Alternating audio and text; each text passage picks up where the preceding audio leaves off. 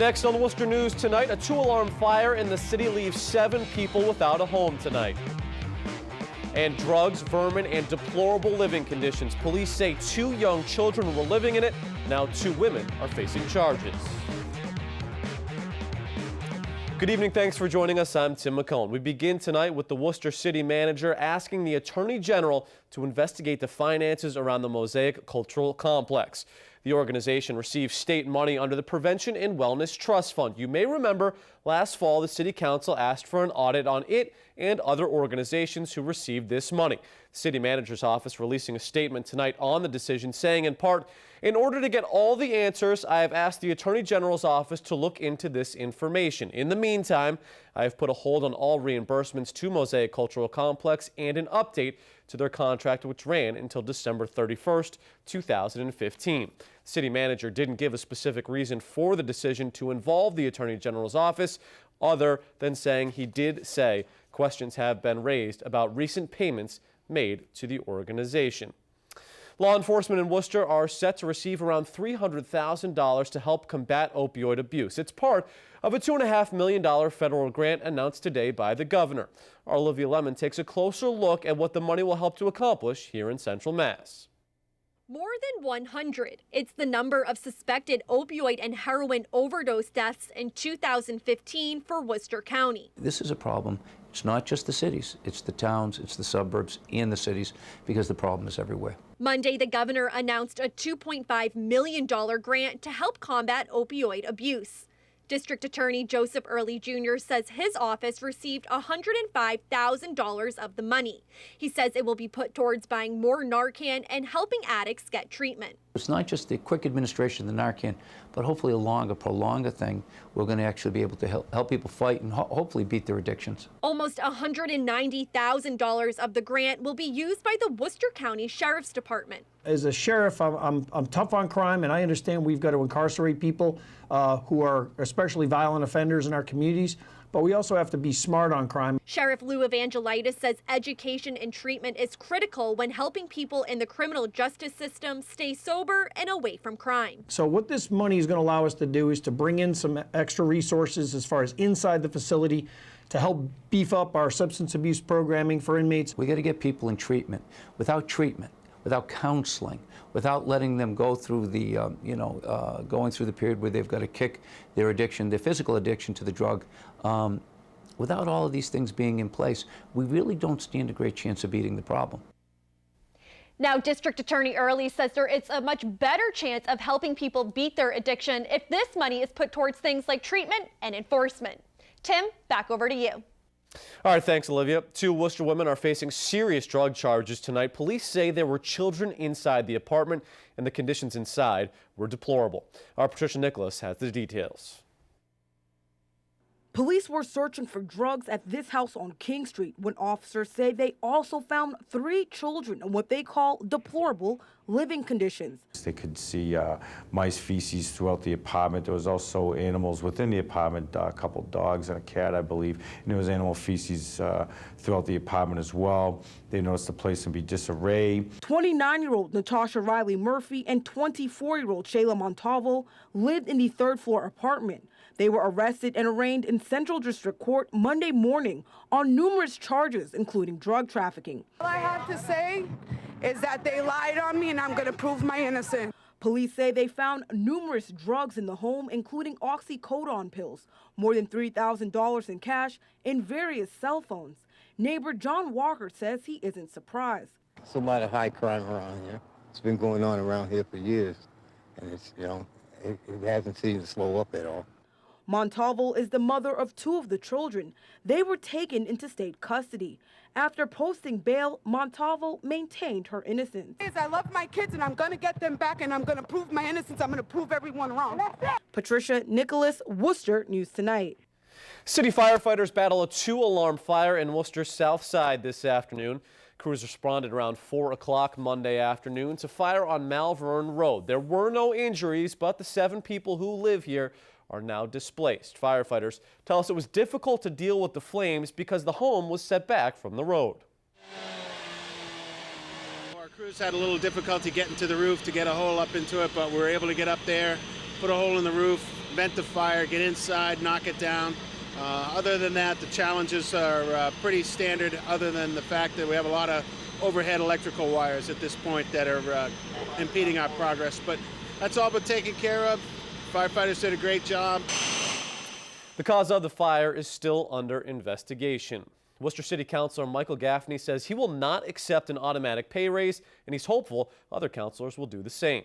City councilors have until Friday to decide whether or not to take the pay raise. It would increase their current salaries of $29,000 by more than $2,000. Councilors have waived raises since 2008. Councilor Gaffney says for him, it's an easy decision. It's not going to be discussed at any meetings. In fact, what HR did is they provided us with a form to check a box. Do you want to take some more money out of the taxpayers, or do you want to just, leave it as it is? So each one of us has that option to make a decision, submit it to Human Resources, and we'll see how that comes out in the wash. Gaffney says both he and Mayor Joe Petty committed to not accepting the pay raise during a debate before last November's election. A mouth-watering treat at the Worcester Center for Crafts tonight as big local names in the food industry gave those in attendance a glimpse behind the scenes. The program is called Hungry Minds. It included 6 speakers with backgrounds in the culinary world who shared stories about their passion for the industry, as well as some funny stories about their experiences. Some of the speakers even bringing some food along for those in attendance to sample. Tonight's event is part of the current exhibit at the Center for Crafts called Culinary Imagings by photographer Donald DeFall. As a chef, we're really using Donna's show, Culinary Imaginings, to get people much more involved in craft, photography, and food. DeFall was one of the speakers tonight. Her exhibit runs through February 27th. The State Treasurer's Office awards grants to 24 high schools across the state. It's all part of an effort to help students make better financial decisions. Northbridge High School is one of 2 Central Mass schools to receive money this year to hold a Credit for Life fair. The fairs are designed to be effective ways for students to learn about real-world decisions when it comes to saving, spending, or budgeting their money. Northbridge and Hudson High School will hold Credit for Life fairs this spring. Patriots may not be playing in Sunday's Super Bowl, but the significance of the big game is now on display at a local school who can boast one of their own played in the very first Super Bowl. Arnie Madison has the story. In the Northbridge High School trophy case, you'll find Phil Vandersea, who played football for Northbridge and also played in the first ever Super Bowl. We don't get a lot of Division I football players as it is, and to have someone play in the NFL is pretty special, but to have someone play in the very first Super Bowl is even more special. So special, the NFL sent the school a golden football in honor of its 50th Super Bowl and in honor of Vandersea.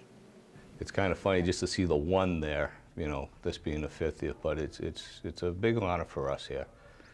As you know, we have a pretty good history of football. The fact that he played for Vince Lombardi is huge to me. You got players who are giving out tickets.